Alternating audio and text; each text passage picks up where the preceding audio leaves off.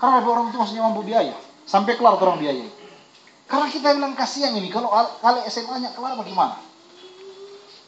Bahkan waktu saya penatua pemuda, 4 orang biayai kuliah S1 2,5 juta per semester orang bantu. Karena kita berpikir kasihan ini, kalau orang ini yang sekolah mau jadi apa susah.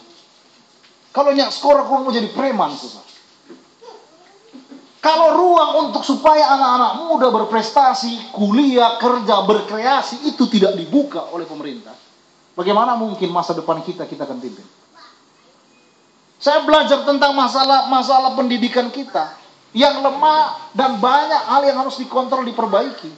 Antara lain, saudara, orang punya sekolah menengah kejuruan, bahkan ada sekolah menengah kejuruan perikanan. Tapi DP SDM pengajar-pengajar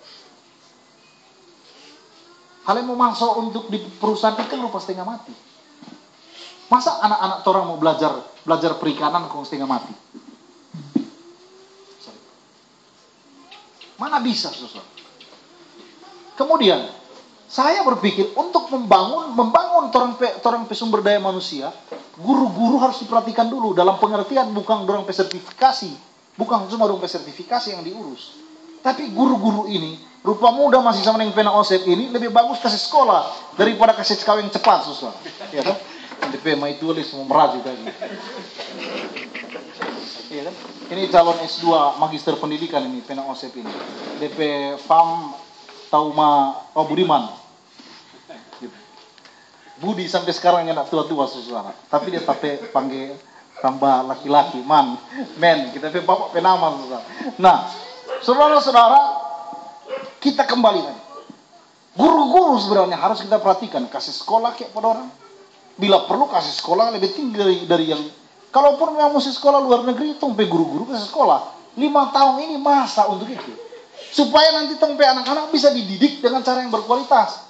Bahkan kalau saya berpikir, kenapa orang yang nak kasih sekolah S2, S3 luar negeri, tompe anak-anak dari sini, supaya ketika kawasan ekonomi khusus dibuka, perusahaan-perusahaan datang basar kamari, datang di situ, orang langsung bilang, pemerintah daerah bilang, wali kota bilang, boleh ngoni buka usaha di situ, mar perlu kita orang sampaikan, orang kasih ingat, orang dalam manajer berkualitas internasional mesti ambil tongpe orang, jangan ngomong orang luar terus di situ, ya toh?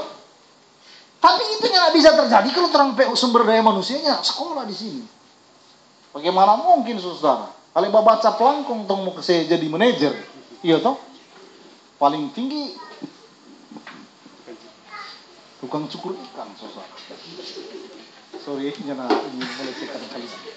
Tidak. Maksudnya, orang masih berpikir lebih. Oni masih muda, Oni masih bisa raih sesuatu yang lebih. Kalau masih bisa kuliah. Nanti kalau ada yang mau yang sementara kuliah pun tanggal 11 tanggal 11 April jam 4 sore ada pertemuan di DPR untuk bahas bantuan sosial untuk mahasiswa kurang mampu. Kalau ada yang kurang mampu datang, orang berupaya untuk proses. 11 April. Ibu-ibu yang DP anak sementara kuliah, kong dapat lihat swab, orang ketemu. Siapa tahu nanti kebetulan organisasi yang akan menyeleksi adalah organisasi yang saya bentuk. Komunitas mahasiswa itu. Saya pejuangnya untuk beasiswa tahun lalu. Gitu. Tahun depan untuk beasiswa sementara akan mulai disurvei. Bantuan sosial. Jadi saudara, saya hari ini, ibu-ibu, bapak-bapak, anak-anak, mungkin orang ini kadang-kadang jaga lupa tuh. Ya hari ini orang memilih berdasarkan orang kasih sekarang. Tapi tanya, orang akan peduli dengan masa depan anak-anak ketika jadi atau nyala? Apa konsep untuk pembangunan sumber daya manusia ke depan? Ini harus dipikirkan. Jangan-jangan dong ibu bapak memilih orang pada akhirnya waktu orang anak-anak tidak terjamin, tidak bisa diberi ruang karena nyala adoi, ya orang yang kecewa. Saya sih berharap itu anak-anak kita harus disekolahkan.